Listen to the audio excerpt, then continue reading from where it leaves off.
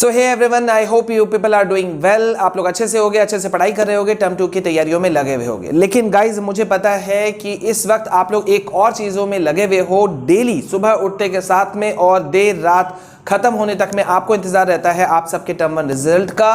और ये क्वेश्चंस कितना भी एंड हो जाए, कितना भी कोई कह ले नहीं यार अब हमको ध्यान नहीं देना है, नहीं देना है, लेकिन सबका ध्यान फिर भी जाता है अपने टर्म 1 रिजल्ट की तरफ। सबका फोकस वही होता है कि यार कब निकल के आने वाला है।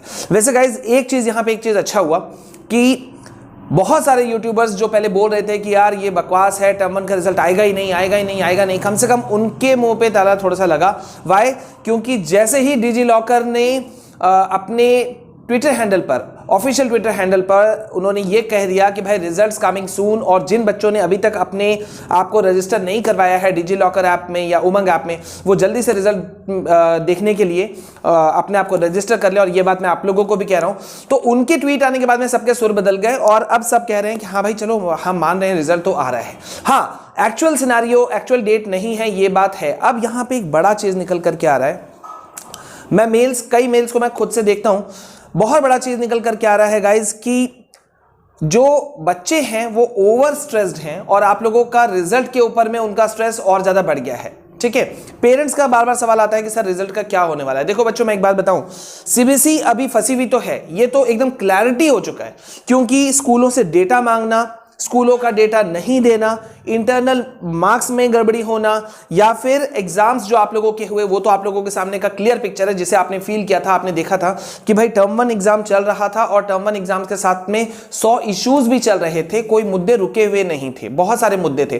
कोई एक ऐसा दिन डे 1 से, पहला पेपर जिस दिन से क्लास 10th का शुरू हुआ उस दिन से कोई ऐसा दिन नहीं था जिसमें कि पेपर में इश्यूज नहीं आया। हालत ये थी, मैं शॉक्ड हो जाता हूं इस चीज को देख करके, सुन करके, कि ऐसी हालत कि भाई टीचर्स कॉपी चेक कर रहे हैं और वो आंसर की जो कि ऑफिशियल आंसर की जो कि सीबीएसई एग्जाम खत्म होने के बाद उन्हें भेजती थी अपने उनके मेल आईडी पर, स्कूल्स के मेल आईडी पर, तो वो आंसर की रॉन्ग होते थे और टीचर्स को बताना पड़ता था बोर्ड को कि भाई आपका आंसर की रॉन्ग है, हम कॉपी कैसे चेक करें। कई दिन तो ऐसा हुआ जब मैंने आपको लाइव अपडेट दिया था कि भाई 3 घंटे 2 घंटे कॉपी चेकिंग रुकी रही, पूरा प्रोसेस, और लास्ट में जाकर के 2 तारीख को उन्हें खबर करना पड़ता है, सीबीएसई को एक सर्कुलर जारी करना पड़ा कि सीबीएसई जो ऑफिशियल आंसर की दे रही है आप उसी के अकॉर्डिंग चेक कीजिए, उसके बाद में जो भी गड़बड़ियां होंगी वो स्कूल्स या टीचर्स या पेरेंट्स या स्टूडेंट कोई भी सीबीएसई को खबर कर दे, और फिर सीबीएसई जो है वो उस पूरे मैटर को देखेगी और सीबीएसई के पास में इतना मैकेनिज्म तो है कि वो सबको रेक्टिफाई कर देगा, बच्चों का मार्क्स नहीं कटेगा, मार्क्स मिल जाएगा। ठीक है, लेकिन ये तो हो गई अंदर की बात। अब यहां पे एक बड़ा इशू है जो बच्चे बोल रहे हैं कि सर हमें कैसे मालूम कि हमारा मार्क्स सुधर गया। ये तो क्वेरी तो होगा ही होगा ना। अगर आपका पैसा कहीं फंसा पड़ा हुआ है तो आपको चिंता हो गई होगा, अगर आपका कोई चीज अटका पड़ा हुआ है तो आपको चिंता हो गई होगा। ये कॉमन सी ह्यूमन टेंडेंसी है ना। अब एक नया इशू खड़ा हो गया है, प्री बोर्ड्स का, टेस्ट्स का, इंटरनल का, प्रोजेक्ट वर्क्स का, असाइनमेंट्स का। बच्चे भर भर के मेल भेज रहे हैं, कमेंट्स आ रहे हैं मेरे पास में। अभी जब मैं ये वीडियो शूट कर रहा हूं इससे जस्ट 1 सेकंड पहले एक स्टूडेंट ने मुझे मेल किया, और भी मेल्स थे लेकिन लेटेस्ट आया, फ्लैश हुआ, तो मैंने कहा इसको पढ़ लेता हूं। उसमें उसने कुछ बातें उठाई। ऑब्वियस सी बात है, मोस्ट ऑफ द स्टूडेंट्स का रिक्वेस्ट होता है कि सर आइडेंटिटी हाइड कर दीजिए। Parents expectations are very much high. मैं आपको वो मेल दिखा रहा हूं, सिर्फ नाम हाइड कर रहा हूं। पेरेंट्स एक्सपेक्टेशंस मेरे पेरेंट्स के बहुत हाई हैं। हम मिडिल क्लास फैमिली से बिलोंग करते हैं तो ऑब्वियस सी बात है कि बहुत ज्यादा सोच भी होता है। ठीक है, मैथ्स का सिर्फ 2 चैप्टर रिवाइज हुआ है, अभी कुछ भी नहीं हुआ है, इतना कम समय बचा है, प्री बोर्ड का एग्जाम जो है वो हमारे यहाँ शुरू होने वाला है, ब्ला ब्ला ब्ला, मतलब इतने सारी चीजें हैं ना। मतलब अब आप सोचो कि एक स्टूडेंट कैसे पढ़ेगा और कैसे तैयारी करेगा।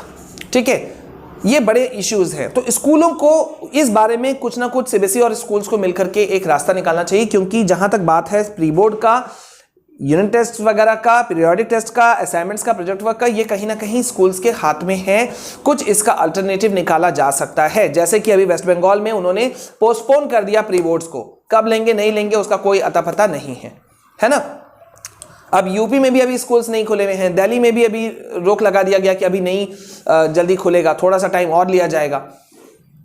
और ऑनलाइन क्लास का जहां तक बात आ रहा है, कल रात को एक मेल था मेरे पास में, उनका कहना था सर पूरा टाइम वेस्ट होता है ऑनलाइन क्लास में, जो अटेंडेंस में ही होता है उसी में टाइम निकल जाता है।